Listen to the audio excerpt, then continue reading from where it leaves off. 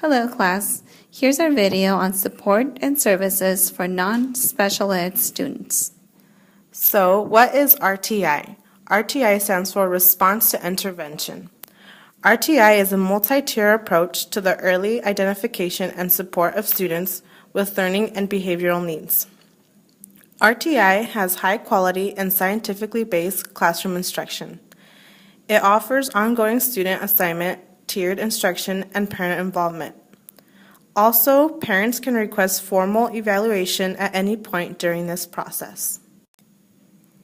The first step is Tier 1. This is primarily a high-quality classroom instruction. There is periodic screening to monitor how students are doing, for example, by taking tests and quizzes. If a student in Tier 1 is at risk, they will receive additional instruction. This tier should be completed in less than 8 weeks, and then the student should show progress back in their regular classroom when finished. Tier 2 is based on intensive instruction to match a student's needs. This can range from targeted interventions or services provided in small group settings. In Tier 2, the students should not exceed a grade level, but if a student shows little progress, they will be moved to Tier 3. Tier 3 is intensive interventions and comprehensive evaluation. Individualized intensive intervention is used to target students' skill deficits. Students who don't progress in RTI are then referred for comprehensive evaluation and considered for special ed classes.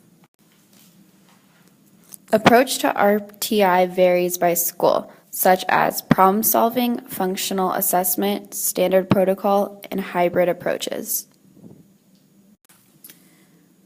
PBIS stands for Positive Behavioral Intervention Support.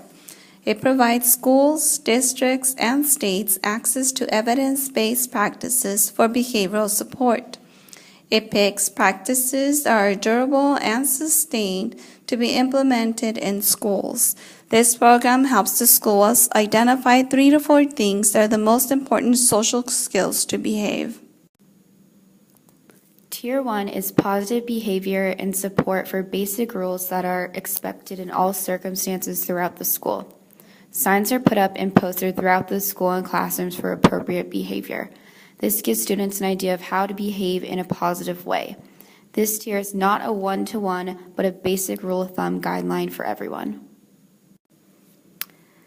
Tier 2 is implemented if a child has trouble following basic rules, like for example, keeping hands to him or herself, at recess, in the bathroom, at lunch, or going to class.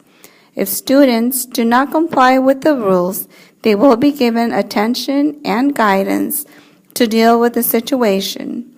This tier is called a net for catching students early.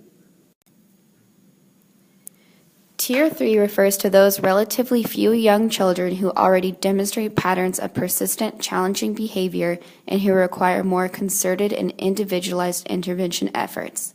The challenging behavior of these children may accompany a developmental delay or disability due to increased risk factors, though a diagnostic or identified disability is not necessarily present.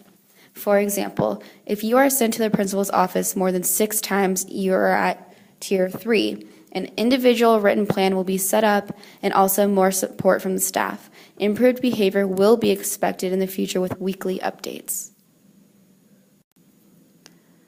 For community support, there are programs such as Monterey County Reads. This is a program that helps the students of Monterey County who are struggling with their literacy.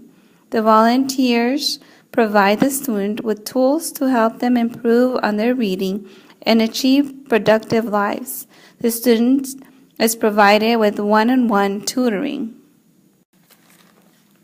Sticks and Stones is a program that has been serving the Monterey County since 1907. They provide intervention to students at their school who have been victims of domestic violence. The program consists of 10 weekly meetings with groups of 2 to 4 children. and they learn healthy ways to express their emotions and are taught how to stay safe in a violent home. Almost 30 years of research and experience has demonstrated that the education of children with disabilities can be made more effective by providing incentives for whole school approaches, scientifically based early reading programs, positive behavioral intervention and supports, and early intervening services to reduce the need to label children as disabled.